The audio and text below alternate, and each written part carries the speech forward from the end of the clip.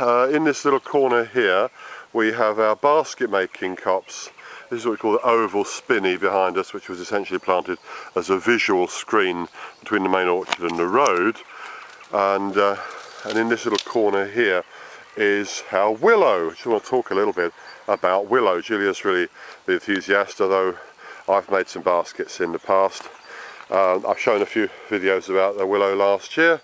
That, by the way, is something called dogwood, which is not really a close relative of the willow, but it can be grown in a slightly similar way, cutting back hard from the stalk and sending these long shoots out, which can be woven into baskets.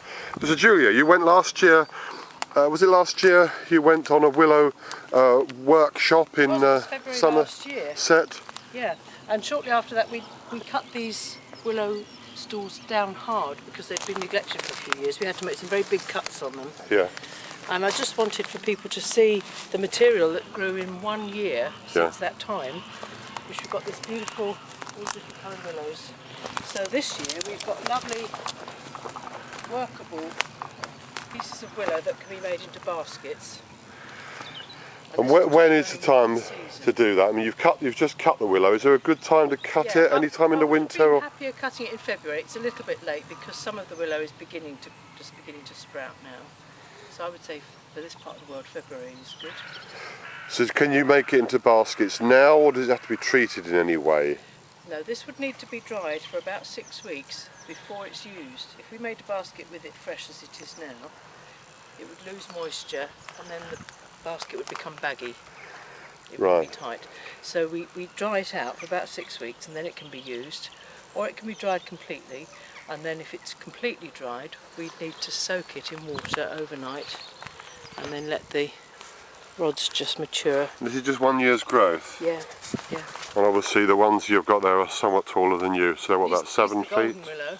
Golden willow. Some of the shoots are actually a bit too thick. Yeah. Got quite a lot of material like this, which you couldn't make into a basket. We could use that in repairing holes in the hedging. But can you split that? You could split that and use it. The reason we've got some very thick ones is because we'd neglected the stalls. We had a lot of very thick pieces to take out. We've got too many projects and not enough. And there weren't many buds. But now that we've cut lots of small pieces this year, there'll be more buds to grow, so we should get a greater number of thinner whips next year. Yeah. So these should be cut every year in the winter, towards the end of the winter, February, and then you can enjoy the colour through the winter. And what kind of uses can you put this sort of willow to? Just as a homesteader, if you like, somebody with a little patch of willow. Well, any sort of basket. You can also make a garden sieve. We used it. A garden sieve? For sieving soil. Oh yeah, right, yeah. We used getting the stones out. I heard on the radio this morning on a farming programme about a big tractor-driven machine that was used for sieving stones out. So. I mean, they were used for making eel traps. Yeah.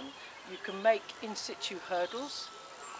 We made some hurdling around the gateway last year. Hurdle, that's a sort of woven fence, isn't it? Woven fence. Yeah. Where there's any gaps in the hedge, and then you can plant hedging alongside it, and it'll grow up through it. And of course it's 100% renewable, isn't it? It is. And can be grown on quite a good scale. And another thing about willow, which I like, is that it will do very well in wet places. Because often if people have got a bit of land, there's maybe some drainage issues and there's maybe a corner which is really wet and you can't grow much in it. But willow will grow beautifully, won't it, in wet areas. And look at the different colours you can get. This is our native goat willow, which is difficult to weave, but you get the lovely dark green, you get these sort of mahogany red bits on it. This is the scarlet willow, which is the cultivated one. And over there the olive green one is an osier willow. Yeah. And when I went on the weaving course last year, I picked up some slips of some other varieties of willow, which will be different colours as well. They're growing on in our back garden. Yeah, they're just growing on. They didn't get on very well last year because of the drought. But I see you've got some piled up in a corner over there. Oh yes, you just go and have a look at that. There's also some poplar, which I coppice down every year with the willow. And that coppicing, basically it means cutting the thing down and then it sends up lots of shoots. Yeah, I cut this a bit earlier in the winter, and this is what you should do, stack it up to dry. So Let's pull that one out, let's see. So that's the poplar shoots. 1 year's growth. Got a sort of almost hexagonal. Yeah. And the buds. So cross-section. it's very decorative because of the different texture. You could only use that for a big basket because it's quite a coarse material. To make a fine basket, you'd use the thinner, like this. A nice slim osier willow. You could make a much finer basket with that. And because we're not, we might possibly put up some basket making videos later, but I hesitate to do it because we're pretty rough and ready at it. But there are some people who are very good at this, aren't there? And what was Western Zoyland? Was it you went? What was the name of the place you went to for the course? But if anyone looks up willow and quite a few, Western willow Zoyland, W-E-S-T-O-N-Z-O or Z-O-Y-L-A-N-D, which is near where the famous Battle of Sedgemoor, or the famous slaughter of Sedgemoor, was fought in the English Civil War, one of the English Civil Wars. So yeah, if you look up Somerset willow, Western Zoyland, you'll find loads and loads of stuff.